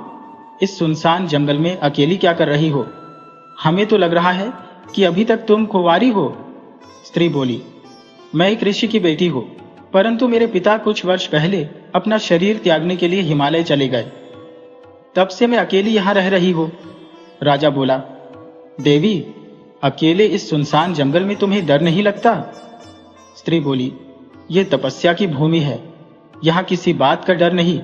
यहाँ मनुष्य तो क्या, जंगली जानवरों में भी साधुता आ जाती है। फिर वह स्त्री सब कुछ जानते हुए भी अनजान बनकर पूछी कि आप कौन हैं और इस जगह पर किस उद्देश्य से आए हुए हैं। तब राजा ने बताया कि मैं तेलन प्रदेश का राजा धीरेन्द्र हूं। मैं जंगल में खतरनाक जानवरों को ढूंढकर मारने आया हूं। स्त्री बोली, यह तो गलत बात है। आप निर्दोष जीवों की हत्या करते हैं। मैं जीवों से इतना प्रेम करती हूँ कि अगर आप जीव हत्या छोड़ने का वादा करते हैं तो उन जीवों की खातिर आपसे विवाह भी कर सकती हो। मैं से अपने लिए मेरे मन में कोई इच्छा नहीं है। राजा बोला, देवी, ये तो मेरे ऊपर बहुत बड़ी कृपा होगी। मैं आपको अपनी दूसरी रानी बनाने के लिए तैयार हूँ। आप वचन लो कि कभी जीव हत्या नहीं करोगी। राजा बोला, मैं आज से कभी कोई हिंसा नहीं करूंगा, मैं यह वादा करता हूँ। स्त्री बोली, तो आप समझ लीजिए, मैं आज से, बल्कि अभी से ही आपकी रानी हुई। राजा उस स्त्री के जाल में इतना फंस गए कि वह उसे उसी समय राजमहल ले आए और उससे विवाह कर लिया। राक्षसी राजमहल की छोटी रानी बन गई, परंतु अब उसके सामने यह मुश्किल थी कि राजा के सामने तो वह ऋषि कन्या बन गई थी, लेकिन वह बिना जीव हत्या और मांस खाए एक दिन भी नहीं रह सकती थी। उसे रोज 101 बकरियां या फिर एक भैंस या भैंसा चाहिए होता था। इधर राजा अपनी नई रानी के साथ ज्यादा से ज्यादा समय बिताना चाहते थे, तो राक्षसी को कहीं जाने का मौका ही नहीं मिल रहा था। राक्षसी ने इसका उपाय पहले ही निकाल लिया। वह राजा से बोली, महाराज, मैं एक ऋषि कन्या हूं और किसी के साथ अन्याय नहीं देख सकती। आप दिन रात मेरे पास ही पड़े रहते हैं, जबकि नियम के अनुसार बड़ी दीदी का भी आप पर हक है। मैं बड़ी दीदी के साथ अन्याय नहीं कर सकती, इसलिए आप एक रात मेरे साथ बिताए और एक रात बड़ी दीदी के पास बिताए। राजा छोटी रानी की उदारता देखकर बहुत खुश हुए। उन्हें थोड़े ही पता था कि राक्षसी अपनी सुविधा के लिए उन्हें अपने से दूर कर रही है। बड़ी रानी भी छोटी रानी की दरियादिली देखकर खुश थी। इधर राक्षसी रात में जब राजा बड़ी रानी के कमरे में होते तो नगर के पशुपालकों के पशुओं को खाने लगती और आराम से आकर अपने कमरे में लेट जाती। नगर के पशुपालक राजा के दरबार में आकर बार बार विनती करने लगे कि महाराज, हमें बचाइए, कोई राक्षसी हमारे पशुओं को खा रही है। राजा ने अपने सेनापति को आदेश दिया कि नगर में सख्त पहरा लगा दिया जाए और उस जगह पर और ज्यादा निगरानी रखी जाए जहां पशुशाला है। इसी बीच राजा के दरबार में एक महर्षि आए और राजा से बोले कि राजन, मैंने सुना है तुम्हारा कोई वारिस नहीं है। तुम अपनी रानी को मेरे सामने लाओ, मैं उसे आशीर्वाद दूंगा। मेरे आशीर्वाद से रानी को पुत्र की प्राप्ति हो जाएगी। राजा अपनी छोटी रानी के पास गए और बोले कि तुम तैयार होकर हमारे अतिथि विश्राम गृह में आ जाओ। वहां एक सिद्ध महात्मा पधारे हैं, उनके आशीर्वाद से हमें पुत्र की प्राप्ति होगी। इतना सुनते ही राक्षसी रानी डर गई। उसे लगा कि महात्मा तो मुझे देखते ही पहचान जाएगी, इसलिए उनकी नजरों से किसी तरह बचना होगा। वह राजा से बोली कि महाराज, आप तो जानते हैं कि हम स्त्रियों का जीवन मुश्किलों से भरा है। आज एक सुनहरा मौका आया भी तो मैं उसका लाभ नहीं उठा सकती। असल में मैं राजस्व वाला हूं और इस हाल में किसी गुरुजन के सामने नहीं जा सकती, इसलिए आप बड़ी दीदी को ही आशीर्वाद दिलवा दीजिए। उन्हीं के भाग्य में पुत्र का सुख लिखा होगा। राजा ने बड़ी रानी को ही महात्मा से आशीर्वाद दिलवा दिया। महात्मा के आशीर्वाद से बड़ी रानी गर्भवती हो गई। राजा का ध्यान अब बड़ी रानी की तरफ ज्यादा रहने लगा। ये राक्षसी के लिए ठीक भी था, परंतु वह थी तो एक स्त्री ही। उसे बड़ी रानी से जलन होने लगी। उसने एक दिन राक्षसी बनकर राजा के घोड़े को ही मार दिया। घोड़ों की रखवाली के लिए वहां काफी सैनिक तैनात थे। सैनिकों ने देखा कि एक राक्षसी ने घोड़े को मार दिया है, तो सैनिक उस राक्षसी का पीछा करने लगे। वह भागकर बड़ी रानी के कमरे में घुस गई और अपना रूप बदलकर बाहर निकली और जोर से चिल्लाने लगी कि बड़ी दीदी के शयन कक्ष में राक्षसी है, मैंने अपनी आंखों से देखा है। उस वक्त बड़ी रानी अपने कमरे में सो रही थी। जब उन्होंने सुना कि उनके कमरे में राक्षसी घुस आई है तो वह हड़बड़ाकर उठ बैठी। राजा भी वहां आ चुके थे। बड़ी रानी के कमरे की तलाशी ली जाने लगी, परंतु उसमें तो सिर्फ बड़ी रानी थी। राजा ने छोटी रानी से पूछा कि जब तुमने राक्षसी को बड़ी रानी के कमरे में देखा तो फिर वह चली कहां गई?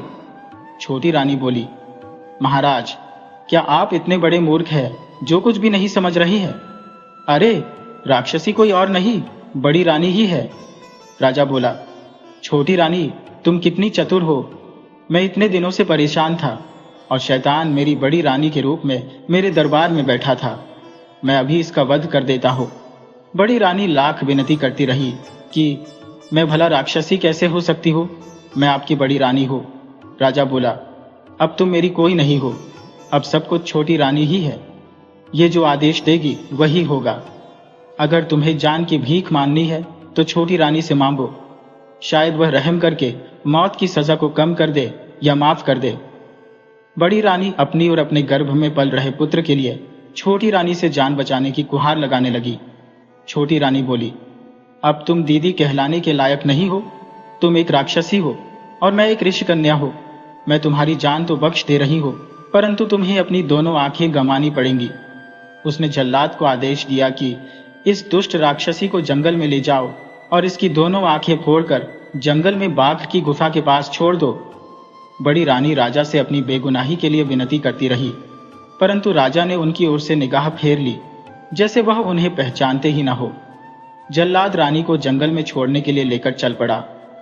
रानी जल्लाद से भी गुहार लगाने लगी कि भाई मेरी रक्षा करो, मैं राक्षसी नहीं हो। जल्लाद बोला, महारानी, मैं जानता हूं आप राक्षसी नहीं है, बल्कि किसी बड़े षड्यंत्र का शिकार हुई है। मेरी महारानी आप ही है। मैं आपको एक सुरक्षित जगह पर रखवाऊंगा, जहां आप राजकुमार को जन्म दे सके और फिर राज दरबार लौटने के सही समय का इंतजार कर सके।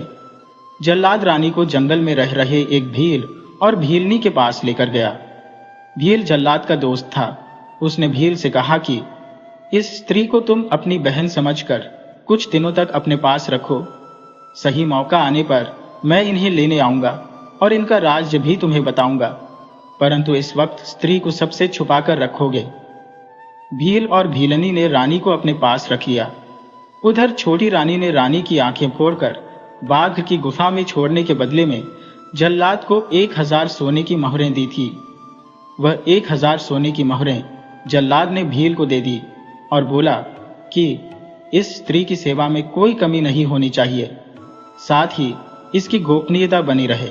समय बीतने के साथ रानी को एक पुत्र का जन्म हुआ, जिसका नाम रानी ने वीरभद्र रखा। साथ ही भीलनी भी गर्भवती थी, जिसने एक सुंदर पुत्री को जन्म दिया। कहते हैं, गर्भवती स्त्री गर्भावस्था में जिसका चेहरा ध्यान से देखती है और उसे मन में बसाए रखती है, संतान भी उसी की शक्ल की हो जाती है। तो भीलनी ने रानी की खूबसूरत शक्ल को अपने मन में बसा रखा था। उसे रानी की तरह बहुत सुंदर पुत्री हुई। रानी का राजकुमार तो वैसे ही चांद का टुकड़ा था। समय गुजरता गया, परंतु नगर में पालतू जानवरों को मारकर खाने का सिलसिला खत्म नहीं हुआ। राजा एक दिन अपनी छोटी रानी से पूछ बैठे कि हमें लगता है कि हमने बड़ी रानी के साथ अन्याय किया है, उसे बेवजह मरवा डाला। राक्षसी कोई और है जो आए दिन उपद्रव मचा रही है। हम लाख पहरेदारी करने उसे पकड़ नहीं पा रहे। छोटी रानी बोली, महाराज, आप समझ नहीं रहे हैं। राक्षसी और बड़ी रानी का कोई ना कोई संबंध था, तभी तो वह बड़ी रानी के कमरे में गई और रानी ने किसी तरह उसे छुपा लिया। छोटी रानी की बात राजा के गले नहीं उतर रही थी। इधर राजा को छोटी रानी से भी कोई संतान नहीं हो पा रही थी। राजा पर फिर से राज दरबार के लोगों का दबाव था। राजगुरु तो बड़ी रानी के निष्कासन को एक साजिश मान रहे थे, परंतु छोटी रानी के चंगुल में राजा इतनी बुरी तरह फंस चुका था कि उससे निकल पाना बहुत मुश्किल था। समय गुजरता गया।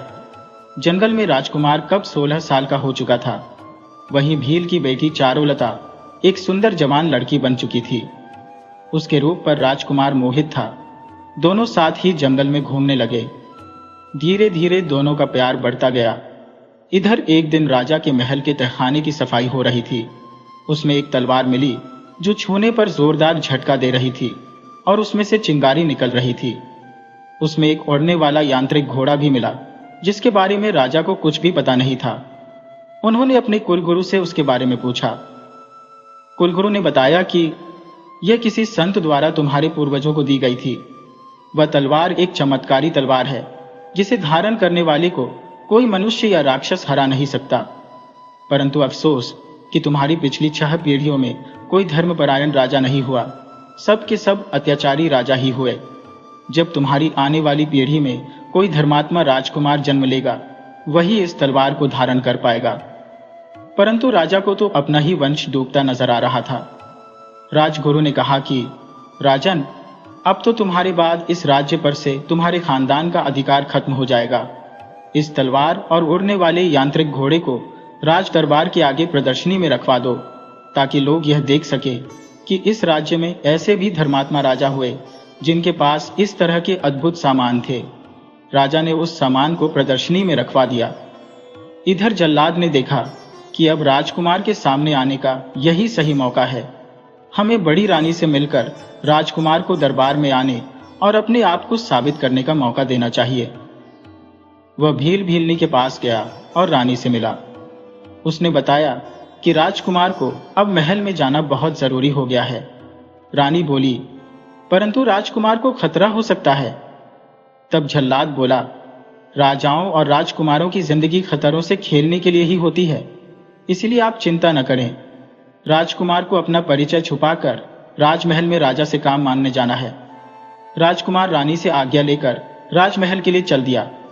उसने देखा कि राजमहल के आगे एक प्रदर्शनी लगी हुई है और लोग उसे देख रहे हैं। राजकुमार ने वहां लोगों से पूछा कि यह किस चीज की प्रदर्शनी है। लोगों ने बताया कि इस महल में पहले बहुत बड़े बड़े धर्मात्मा राजा हुआ करते थे। उन्हीं की यह तलवार है और उड़ने वाला घोड़ा है। इसे सिर्फ राजा के खानदान का धर्मात्मा व्यक्ति ही छू सकता है या धारण कर सकता है। युवक वीरभद्र ने पूछा कि क्या मैं इस तलवार को नहीं छू सकता? तब लोगों ने बताया कि तुम्हें ऐसा करने से जोरदार झटके लगेंगे, तुम बेहोश भी हो सकते हो। वीरभद्र ने वह तलवार उठा ली। राजा के पास खबर गई कि महाराज, गंजब हो गया। एक युवक ने उस तलवार को उठा लिया है और उड़ने वाले घोड़े को भी दौड़ा रहा है। राजा गुरुदेव को लेकर वहां आए और उस युवक से बोले कि तुम कौन हो? तब युवक ने बताया कि मैं एक भील हूं, जंगल में रहता हूं, दरबार में काम की तलाश में आया था। राजा बोला, नवयुवक, तुम अब इस तलवार को धारण कर लो और हम तुम्हें अपने दरबार में एक सैनिक के रूप में अभिनियुक्त करते हैं, और तुमसे कुछ बातें जाननी है, वह हम बाद में पूछ लेंगे। राजा के मन में शक हुआ कि अवश्य ही यह मेरे खानदान का है, परंतु मेरे खानदान में इस वक्त मेरे सिवा कोई और जिंदा नहीं है, तो फिर यह आया कहां से? कहीं बड़ी रानी जिंदा तो नहीं है? इस तरह के विचार करते हुए राजा बहुत परेशान हो उठे। राक्षसी ने भी जान लिया कि अवश्य ही यह राजकुमार है, यानी बड़ी रानी छुपकर कहीं जीवन बिता रही है। अगर ऐसा हुआ तो हमारे लिए खतरा हो सकता है, और राजा ने भी बिना सोचे समझे उसे चमत्कारी तलवार दे दी है। वह मेरे लिए खतरा भी हो सकता है, इसीलिए मुझे कोई चाल चलनी चाहिए। वह राजा से बोली कि जमरू वन में मेरी एक बहन रहती है, उसकी खबर लिए एक युग बीत गया। उस वन में कोई साधारण आदमी नहीं जाता, परंतु यह युवक अपनी चमत्कारी तलवार लेकर वहां जा सकता है। राजा बोला, क्यों नहीं, हम उस वन में इस युवक को भेज देंगे। कोई संदेश हो तो लिखकर अपनी बहन को भेज दो। छोटी रानी तो यही चाहती थी। उसने एक पत्र लिखकर उसे दे दिया और बोली कि मेरी बहन का संदेश लेकर जल्दी ही लौट आना। वीरभद्र पत्र लेकर जमरू वन में चल पड़ा, परंतु जाते वक्त उसने सोचा कि अपनी मां से मिलता चलो। चारुलता से भी मिल लूं, उसके बिना तो मैं रह ही नहीं सकता। वह अपनी मां के पास मिलने गया तो चारुलता भी वही थी। वीरभद्र ने अपनी मां से बताया कि मां, मैं छोटी रानी का पत्र लेकर उसकी बहन के पास जा रहा हूं। पत्र ले जाने का आदेश राजा ने दे रखा है। इतना सुनते ही रानी के कान खड़े हो गए। बोली, बेटा, तुम पत्र को खुद पढ़ लो। वीरभद्र बोला, नहीं मां, किसी दूसरे का पत्र नहीं पढ़ा जाता। तभी चारुलता ने वीरभद्र के हाथ से पत्र लेकर पढ़ना शुरू किया। उसमें लिखा था कि बहन खनगी, मैं तुम्हारे पास एक युवक को भेज रही हूं। ये तेलन प्रदेश का राजकुमार है, पहुंचते ही इसे झर दे देना। चारुलता बोली, अरे, ये तो तुम्हें मारने की साजिश है। मैं तुम्हें वहां नहीं जाने दे सकती। मैं तुम्हारे बिना नहीं जी सकती। चारुलता भूल गई थी कि वह रानी के पास है और दोनों के प्यार के बारे में रानी को पता नहीं था। चारुलता रानी के सामने ही यह बात बोल गई। रानी बोली, बेटी, तुम वीरभद्र को चाहती हो और कभी मुझसे बताया नहीं, परंतु चिंता मत करो, वीरभद्र ही तुम्हारा पति बनेगा। तुम इस पत्र के बदले कोई दूसरा पत्र तैयार करो, उसे लेकर वीरभद्र जमरू वन में जाएगा। चारुलता ने पत्र में लिखा कि यह जो युवक जा रहा है हमारा बहुत प्रिय है। इसका खूब स्वागत करना और अपना हालचाल इससे जल्दी भिजवाना। झमरू वन में राक्षसी खनगी थी, परंतु वीरभद्र के पास चमत्कारी तलवार थी। उसका सामना राक्षसी से पहले ही हो गया तो वीरभद्र ने उसे पत्र दे दिया। वह पत्र पढ़कर बहुत खुश हुई। वह उसे अपनी गुफा में ले गई। उसने 2 राजकुमारियों को कैद करके रखा था। उसे बोली कि मेरे इस मेहमान का ख्याल रखना, मैं इसके लिए जंगल से शुद्ध शाकाहारी भोजन लेकर आती हूँ। राक्षसी के चले जाने पर दोनों राजकुमारियां रोने लगी। बोली, आज 20 वर्ष से हम इस राक्षसी की कैद में है। अगर हमारी शादी हुई होती तो हमारा भी बेटा तुम्हारी उम्र का हो गया होता, परंतु हम इसकी कैद में ही बूढ़ी होती जा रही है। राजकुमार बोला, मैं इस राक्षसी का कोई अपना नहीं हूं। इसकी बहन ने मुझे मारने के लिए भेजा था, परंतु मेरी चाल में वह खुद फंस चुकी है। अगर तुम लोग थोड़ी मदद कर दो तो मैं तुम्हें आजाद करा सकता हूं। तब दोनों राजकुमारियां बोली, एक जादुई पिंजरा है, उसमें एक तोता है। उस तोते में दोनों राक्षसी बहनों का प्राण कैद है। तोता के मरते ही दोनों बहनें मर जाएंगी, मगर उस पिंजरे को कोई साधारण आदमी या साधारण हथियार से नष्ट नहीं कर सकता, इसलिए तुम मुश्किल में फंस जाओगे। राजकुमार बोला, मेरे पास चमत्कारी तलवार है, इससे मैं पहाड़ को भी काट सकता हूं। तब दोनों राजकुमारियों ने राजकुमार को पिंजरा दिखा दिया। राजकुमार ने चमत्कारी तलवार से पिंजरे को नष्ट कर दिया।